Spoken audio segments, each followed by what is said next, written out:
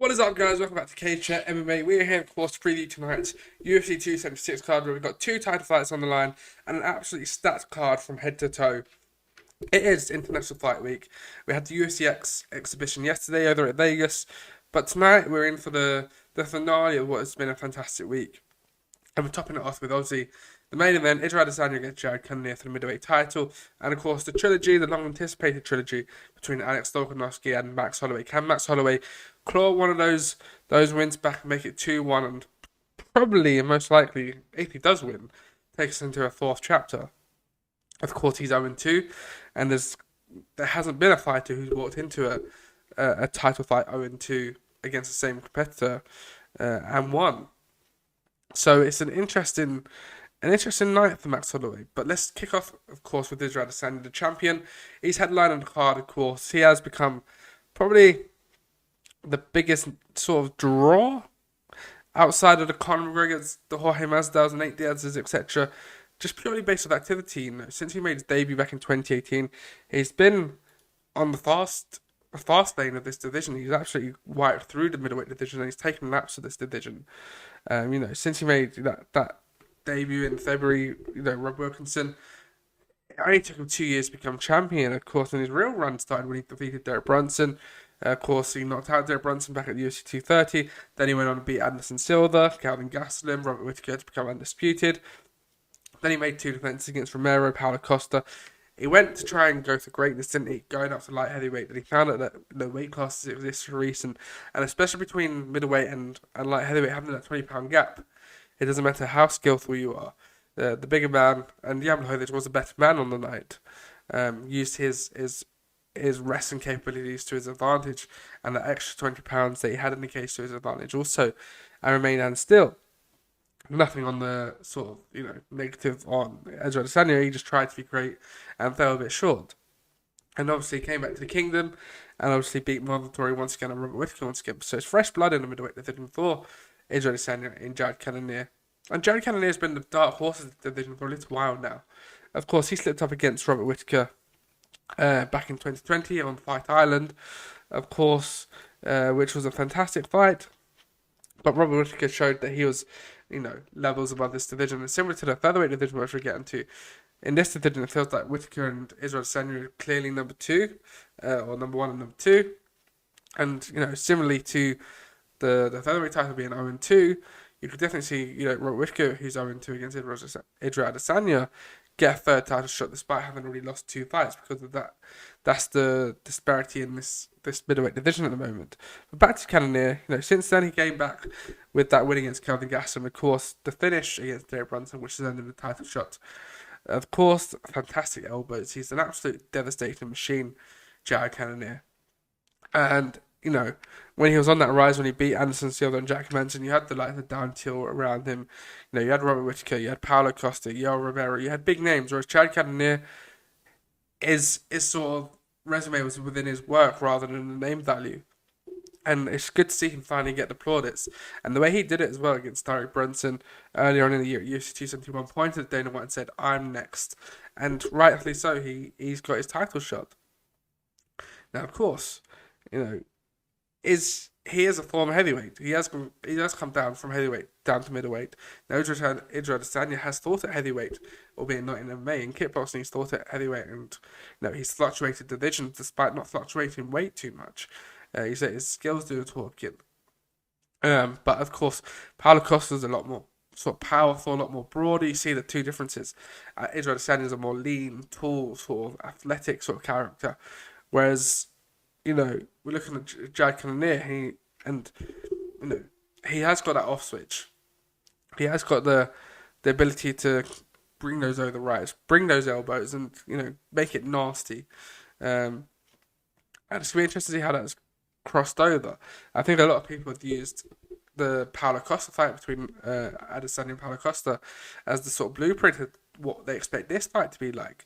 Whereas you've got the magician in Israel Adesanya who has that capability to pop in because he's got such a reach advantage and he's got the height advantage as well, and he's got dexterity in his legs. He can throw a question mark kick up, but he's also got the capability to pop in, hit you with 1-2-3 strike and get back out, and obviously use his reach and obviously those long limbs to be able to get away.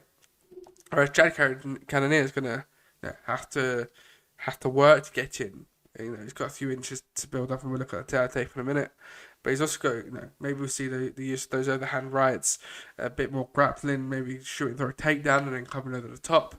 Because the one thing, and I don't know if this is more of a fan thing, more of an analytical thing, with fighters like Israel Adesanya, and I see Ian Gary do it, Wonderboy again, because they're so confident in their striking and within their capabilities, they're some of the best in the game with what they do.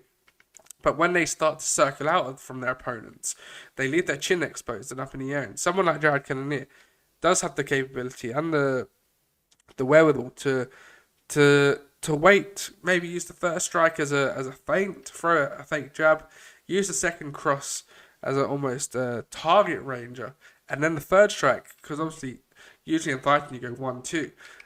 I think it was in Gary and Jordan Wright where they were saying the third strike from Wright was catching Gary out more because he wasn't expecting it so much. So maybe Jared can go one, just to almost feint, get Israel Adesanya's attention. The second one's the target range, and then third is an overhand right or overhand left boom on the chin. Israel Adesanya has made that mistake before. I think that's how he got knocked out in the Alex Pereira fight. From the looks of things, or from his account, he was winning that fight, but he made a mistake. So something similar to that. And we see the power of Alex Pereira. I think Jared Cannonier's got similar power to Alex Pereira, or at least similar explosive power. Maybe not, from a standing point. Maybe Alex Pereira hits harder. But I think the explosiveness is definitely inside Jared Cannonier's corner. Having definitely come down from heavyweight. He's done well to lose all that weight, but keep that sort of power and that mass on his body. But let's have a look at tape. 22-1. Obviously, that sole loss in MMA coming from Jan Blachowicz. 15-5. There is a height advantage, in favour of Israel Adesanya. He did come in a pound and a half underweight. He's usually coming at 184, 185 anyway. He's not a big middleweight. He's just a long middleweight, let's say. It's his perfect weight class for sure. Whereas Jared Cannonier did actually come in half a pound under also. You got a 2.5 reach advantage there for Israel Adesanya, and a 3-inch advantage in the leg reach also. So you're expecting, Adesanya to probably let Cannonier have the centre of the cage and just pick him off with some calf kicks and some body kicks. Use that dexterity, as we mentioned earlier, to throw up a question mark kick, to throw up maybe some spinning kicks even. And it does have the potential to become a kickboxing masterclass from Israel Adesanya, similar to the Paulo Costa fight. Now, I do think Jared Cannonier is a smarter fighter than Paulo Costa. I think he's got a bit more intelligence about him. I think he's got a bit more mental aptitude about him as well, mental toughness. We've seen Eugene Bareman come out and say on the MMA Hour that he's put Jared Cannonier at the top of the list of the most recent challengers, just because he has that capability to walk through the fire. And I think he does have the capability to walk through some fire. I just don't know how much fire from Israel Adesanya Jared Cannonier can withstand. I think within 3 or 4 rounds, it could go the distance. It could edge towards that Calvin Gastelum fight. That's where I picture between Calvin Gastelum and Paulo Costa in terms of performances. For me, that's the sort of two fights we're getting. It could be like that one. It could be like that one. So I think it's going to be somewhere in the middle. I think if Israel Adesanya finds his mojo and his rhythm, I think he can pick him off with 3 or 4 rounds. He can get the first 2 rounds under his belt.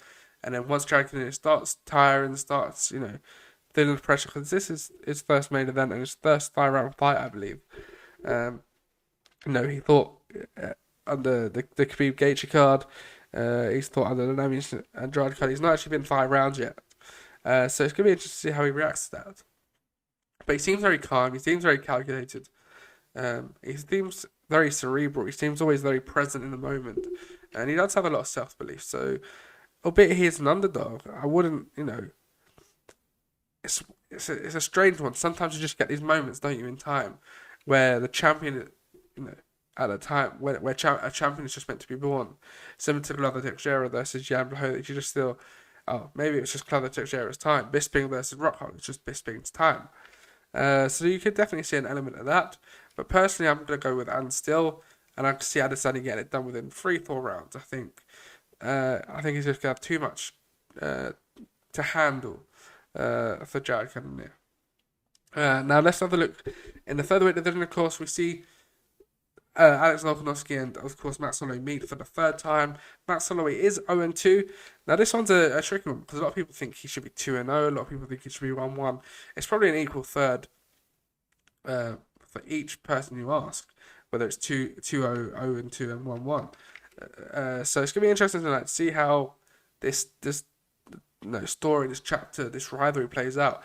Now, Alex Volkanovski needed Max Holloway in this division because, similar to Kamaru, I put Alex Volkanovski and Usman in quite similar categories in the fact that on their come-ups, they're getting good results against good names, but they weren't setting the stage alight until Alex Volkanovski, let's say, actually beat Chad Mendes. That was a fantastic finish, and then obviously beat out by decision, and then the Max Holloway fights put his sort of, you go, oh, he's legit, Alex Volkanovski, because he is a fun guy to listen to. He is that sort of cheeky chappy. He's got that sort of quite stereotypical Australian. You can have a laugh and a joke with him and brush it off. That it almost feels like maybe he doesn't gain the respect because he's not this tough guy. He doesn't have this persona where he's trying to sell fights. He's just him. And it wasn't until the Chad Mendes fight where you go, oh, we've got a contender in our hand. And then he goes and puts out of their weight. Then he goes and puts 2 wins behind him against Holloway. And then he really became a part, I think, especially that first fight, becoming the champion.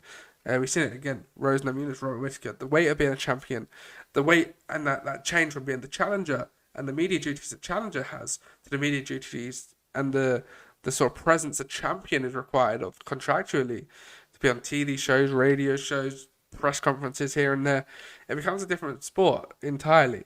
And Alex Volkanovski's done well. And I think that first sort of 6-7 months between the first and the second Holloway fight, he came into his own. When he won that split decision, I think it sunk in that, actually I am here to be a champion.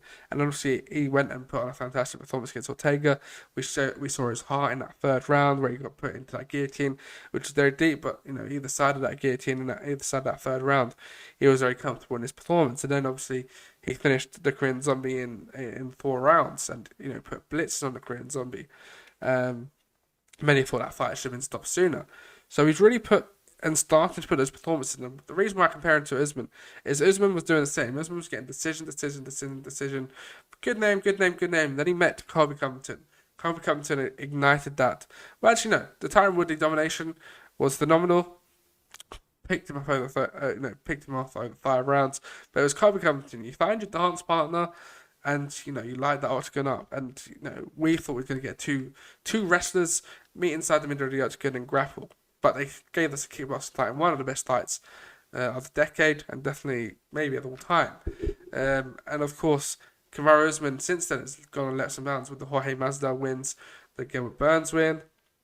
Of course, and he's going into that fight against Leon Edwards, another rematch. He's left in the division, so it's a similar sort of. Again, a similar sort of what I expect from Volkanovski. I think if he gets a finish with Max Holloway, and we're talking about Max Holloway in a second because that's not completely out the blue to say Max Holloway could get finished in this fight. This chapter needs to almost. This is. If Alex Volkanovski loses this, we're going to see a fourth. I think Alex Volkanovski wants to see this chapter done and dusted so he can move on with his division, move on with his legacy. There's inklings that he might go and look at Charles Oliveira and try and take that lightweight title, albeit the division's vacant right now. If he says, I want to go fight for the lightweight title, do you think they're not going to make the vacant lightweight belt Oliveira versus Alex Volkanovski? They're definitely going to do that in December, maybe January, who knows? But yeah, I think, it's quite clearly Alex Volkanovski's right now top 4 pound for pound. It's Kamaru Usman, in my opinion, Israel Adesanya, Alex Volkanovski and probably Francis Ngannou. Those would be my top 4 right now, for pound. But Max Holloway, of course, people forget he's been in this game. Whenever you see Max Holloway, you always think he's 34, 35 because we've seen him so long in this game. You forget that he's only 30 years of age. He's still potentially got 5-6 years of this career ahead of him at the top of this sport as well, at the top of this game. And, came at 20 years old, didn't he? I think 19, 20 years old when he made his UFC debut. Um, and it's all well and good because he has got the record on the most strikes landed. He's also got the most strikes absorbed record on his resume as well, which is, quite difficult. Because there's never been a point where you see Max Holloway get knocked down or get finished. He's just in wars, and at some point that's going to catch up with him, especially when now he's entering his 30s. The Yair Rodriguez fight was a bit of a tough one to look, a tough one to watch because it was back and forth, it was a war, and you're seeing maybe Max Holloway slow down, or maybe we're seeing a refreshed Max Holloway, because he certainly looked good this week in the weigh-ins and press conferences and any behind-the-scenes footage you've seen of Max Holloway. He looks fired up, he looks reinvigorated, but there's going to come a point within the next 1 or 2 years where someone's going to touch that chin of Max Holloway's, and unfortunately, it's not going to be there anymore because he's taken so many, he's absorbed so many strikes, and you see it, obviously he's got that Hawaiian sort of accent and dialect, but you hear the speeches, and obviously there's been weight cut issues in the past when he tried to fight Khabib. Of course, remember that he got pulled from the card for health reasons, and this is coming from a Max Holloway fan, by the way. You just worry for someone like that, especially he's been in the sport for so long, been at the top of the sport for so long, been in wars, the Dustin Poirier fight back at 236, Frank Edgar, let's see this from Dustin Poirier, Frank Edgar, Alexander Volkanovski, both Volkanovski fights, Calvin Kattar, Yair Rodriguez, all decisions, all 5-round fights, let's not forget. So what's that? 25, 50, 75, 100, 125, 150 minutes back to back for for Max Holloway, sorry. That's a lot of damage to be putting yourself on your body. And let's not forget, he's 5'11", making a cut down to 145. He's taken a lot of damage. Remember the Ricardo Lamas, them two standing in the middle of the octagon, just punching the heck out of each other for the last 10 minutes or 10 seconds of that fight, should we say. So I do feel sorry for him. But again, he's married. He seems happy in his life, which is good. Which, who knows? Maybe that's reinvigorated the kid. Let's have a look at the tape, of course. We've got 23-1 against 23-6, 5'11" against 5'6". Both came in half a pound under on the scales. It is actually Volkanovski who has a 2.5-inch reach advantage, of course, but Max Holloway has a 6-inch leg reach advantage, which could be interesting. So I think, certainly the first 2 rounds of that rematch was definitely Max Holloway's, but Alex Volkanovski, being the champ he is, made the adjustments. So it should be interesting to see what the game plans are. Both of these have spent 10 rounds together in the octagon. They know each other inside out. So since that fight, 2020 now, so it's been 2 years, almost 2 years to the day, about a week out from 2 years. How these fighters evolved. We've seen how Max Holloway has done against Calvin Kattar, pieced Calvin Kattar up. We've seen what Kattar's done since then as well, and how good that makes Max Holloway look. And obviously the Rodriguez fight, also fantastic. But he is 3-3, albeit the Dustin Poirier loss. He was attempting to go up to lightweight, of course. But yes, I think personally I'm going with Alex Volkanovski. I think he deserves his flowers and his respect in this octagon. There's probably maybe he's teetering. If he beats Max Holloway tonight, he might be just over the line of the greatest featherweight of all time. I think it's between him and Jose Aldo at the moment. But again, if Max Holloway wins, Max Holloway's straight in that conversation the greatest featherweight of all time. It's a fantastic card. It probably should be the main event, really, with what's on the line. But obviously, Israel Adesanya is that sort of bigger draw compared to Volkanovski. Albeit Max Holloway is a good draw himself. He's got a good fan base. But again, it just shows you the strength of the card. The fight, a trilogy fight like this is in fact the co-main event. But I'm going to go with the of course, and still with Alex Volkanovski. I think it's going to probably be a decision. But again, something tells me Max Holloway might just get caught. And Alex Volkanovski to put a rubber stamp on this chapter and say, unfortunately, Max Holloway, you're just not going to beat me at this point in time. And let's look at the featherweight division, actually. Again, we've got some good, great matches coming up. We've got Brian Ortega versus Yair Rodriguez. Obviously, we've just seen Josh Emmett beat Calvin Kattar in a very close fight. Arnold Allen's waiting in the wings. Korean Zombie's obviously coming off that loss to Volkanovski. Got obviously Evloev coming up very quickly for this division as well. You got contenders in Bryce Mitchell and Giga Chikadze. So it's a very exciting division. Obviously, Volkanovski is chipping away through it at the moment. And Josh Emmett, might be next in line. I think the winner, if Yair Rodriguez beats Brian Ortega in, quite devastating fashion, I think Yair Rodriguez gets the next title shot. And probably, maybe we need to see Volkanovski go challenge Charles Oliveira or somewhere in that lightweight division just to see the featherweight division reshuffle a little bit, because there's a lot of people that have lost Max Holloway, or Brian Ortega's beating the Korean Zombie. Kevin Keita's been beaten by Max Holloway. So it just needs a little bit of a shuffle. Giga Chikadze lost to Kevin Keita, of course. So maybe we just need to see how the chips fall in place before we build our contender. But again, if I was picking, I'd probably pick the winner Yair and Ortega, depending on how that result goes. If there's a finish three, they'll probably stick him in there because they've got big audiences and big fan bases. But yeah, Josh Emmett definitely is in touching distance of the title shot. Let's not get any mistakes about that. I'm going to look at the middleweight division again. Back to the middleweight division. We've got Sean Strickland against Alex Pereira. Now, Sean Strickland was the golden boy at that UFC 278 press conference on Thursday night. Absolutely stole the show. He was going at everyone. He took shots at Israel Adesanya. Some great sound bites there to, should he get the win and it gets hand raised tonight, you put that fight immediately. He's put himself in a fantastic place. Obviously, all the talk going into this weekend has been that Alex Pereira's got 2 wins over Israel Adesanya. He's been fast tracked through this division. He had 2 good wins against Andrea Michailidis and of course Bruno Silva, which he won by decision. Not the best round against Michailidis in his debut, but of course he got a flying knee, which was fantastic. But all eyes has been on him, and the fact that he's been given Sean Strickland's 4th ranked shows you what the UFC regard Alex Pereira as potentially. It also shows the balls that Sean Strickland has to take a fight, because he could have said no. He's not fought anyone near my level yet. He's not fought an unranked, top 15 competitor. He's not fought Uriah Hall, Andre Muniz, or Kelvin Gastelum. But no, he signed a contract, and he absolutely stole the show. It's going to be interesting to see how he comes out, because again, Pereira still quite raw in the sport, 5-1. Sean Strickland's 25-3. He's beat Uriah Hall, Christoph Jotko, finished Brendan Allen, beat Jack Marshman and Nadine Taleb. So he's on a 6-fight win streak at the moment. Of course. So it's tricky because the experience is in Sean Strickland's hand, and he is tough. He has got that capability to jab someone's face off for 30 rounds. He's got a good gas tank on him. He is quite funny. He is quite a controversial character. But again, I think both of these two, Alex Pereira has dollar signs on him, and I think Sean Strickland has dollar signs on him. If you put him in I don't know, it'd make the perfect Joker or something like that. You can see him doing something quite dark. He's got a dark sense of humour.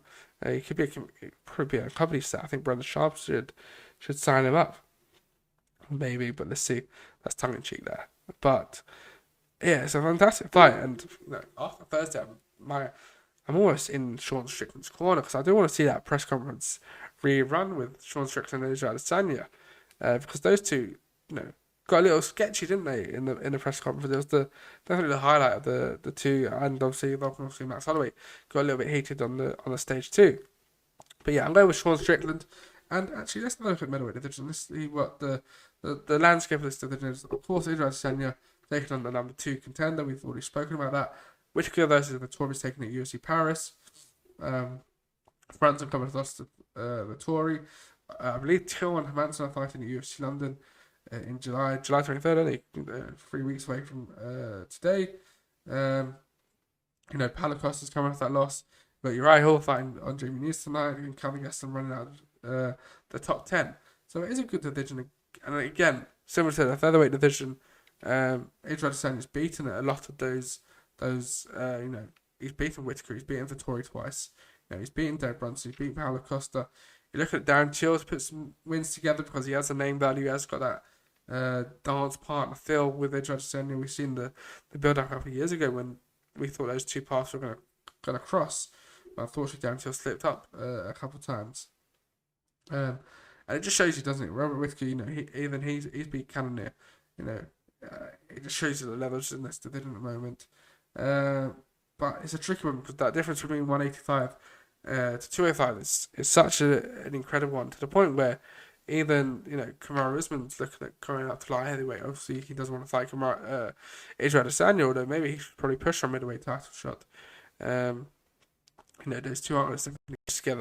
That Usman's looking at 205 more so than probably Israel Adesanya is. Adesanya's probably looking more at heavyweight. I think more than light heavyweight. He's definitely a true mixed martial artist or true martial artist, and he wants to challenge himself no matter what he weighs against the best of the best. So it's going to be an interesting one to see how this division plays out.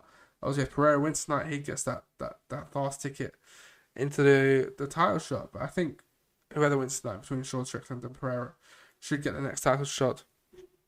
And that leaves Whittaker and the touring in a semi-final of their own, I'd imagine.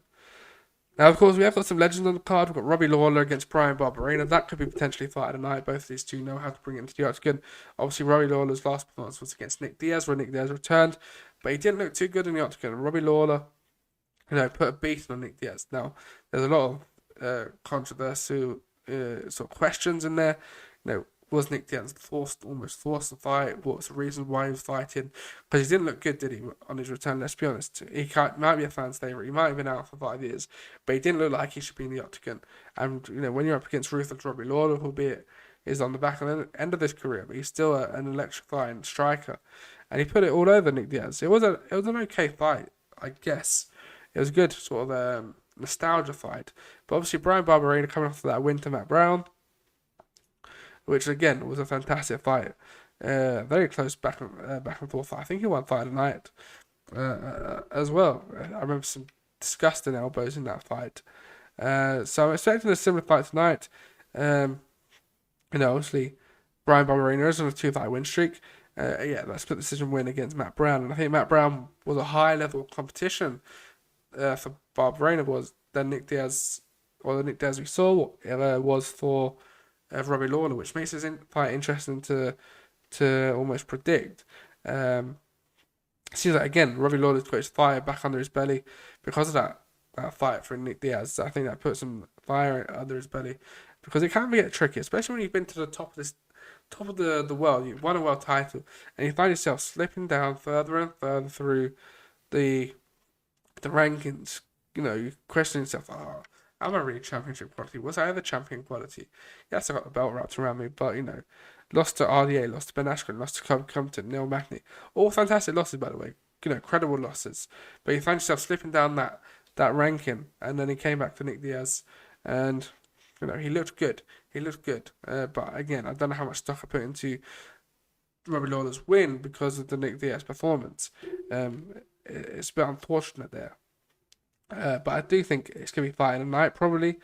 Again, they are both legends, both veterans in the sport, 29-15 against 17-8. But, maybe I don't know. I kind of want to say Barberena, but I don't want to pick against Robbie Lawler. Let us know your thoughts in the comments down below. Obviously, Pedro Miller against Sean O'Malley. Sugar Joe is back. 15-1 coming up against the top 10 in Pedro Munoz. Pedro Munoz has got one win in the last 4. So you're looking at Sean O'Malley, beat Holly and Payler viciously via knockout in December of last year. Obviously beat Chris Martini, Thomas Almeida.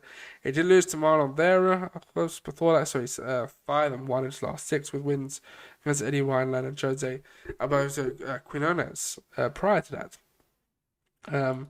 I think Sugar Sean's got enough to get the job done tonight. His striking is class when you watch it. And I think Pedro Munoz just hasn't got enough to get it. I think Sean O'Malley finishes Pedro Munoz, in my opinion. But who knows? We was expecting Sean O'Malley to go through Chito Vera probably at the time, and it just doesn't happen. And we see where Chito Vera is now. Brad Riddell versus Jalen Turner, fantastic fight for the lightweight division. I think that's the prelim headliner. But Donald Cerrone against Jim Miller, again, 2 legends facing off. In a rematch, of course, Donald Cerrone making weight twice, recently at 155 for the fight against Joe Lozon, both cancelled. One for him getting COVID and one for Joe Lozon getting an illness. But he comes in at 170 tonight against Jim Miller. Both of them on the exact same amount of wins. So whoever wins tonight will be the record holder for the most wins in the UFC, I believe. On the other side, you got the future Ian Gary, 9-0 against Gabe Green. Now, Ian Gary had a fantastic debut back at MSG, and it shows you the stock that the UFC is putting in Ian Gary. He's been on some of the biggest cards, probably the three biggest cards in recent time. He was on the Kobe Compton fight, the Israel Covington 2 card. Then he was on UFC 273, where he beat Darren Reeves fighting in his decision. And of course, he's on International Fight Week in Vegas up against Gabe Green. Now, it's 9-0 against level 3. Now, Ian Gary, if you're familiar with him from his Cage Warrior stint, he is a phenomenal fighter, a phenomenal striker. Everyone's calling him the next Conor McGregor, and some maybe that isn't how he hasn't helped himself. But again, he's a 24-year-old kid, who's seen his idol do things that he's now doing. Walking out at MSG, walking out in Vegas, having the country behind him. But he isn't an ex-Conor McGregor. He is more Adesanya. He is more Wonder Boy. He has got a good sort of counter right, which we saw against Jordan Williams, of course. But again, I'd put him more in that Israel Adesanya bracket more than the Conor McGregor bracket. Personally, what he did against Jack Ram was vicious, and he had no team that week, and he had no ACL, I believe, that week.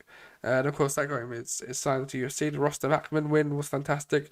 If you just go on UFC Fight Pass and look at Ian Gary and go for the catalogue, you're in for an absolute treat. And the fact that he is only 24 years of age, 9-0, where his ceiling is, of course, he's moved over to Sanford MMA now, which, has got Gilbert Burns, Vicente Luque, Michael Chandler, Derek Brunson, getting trained with Henry Huth. You got the champ Camaro, who's been dropping in from time to time.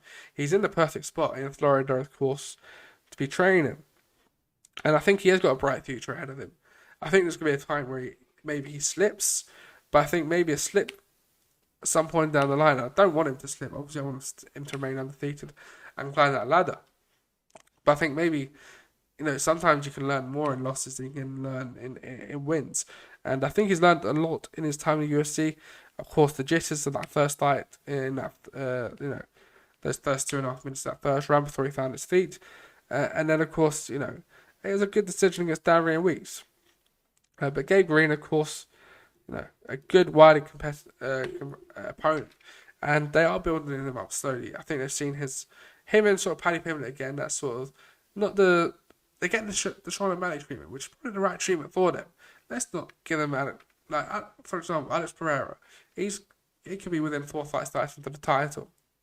Whereas, Paddy Pimblett and Ian Gary, who could potentially be the two biggest European stars within 5 years, potentially, they are going to be carrying the flag for Ireland, for Ian Gary, and of course, for Liverpool, let's say, for Paddy Pimblett.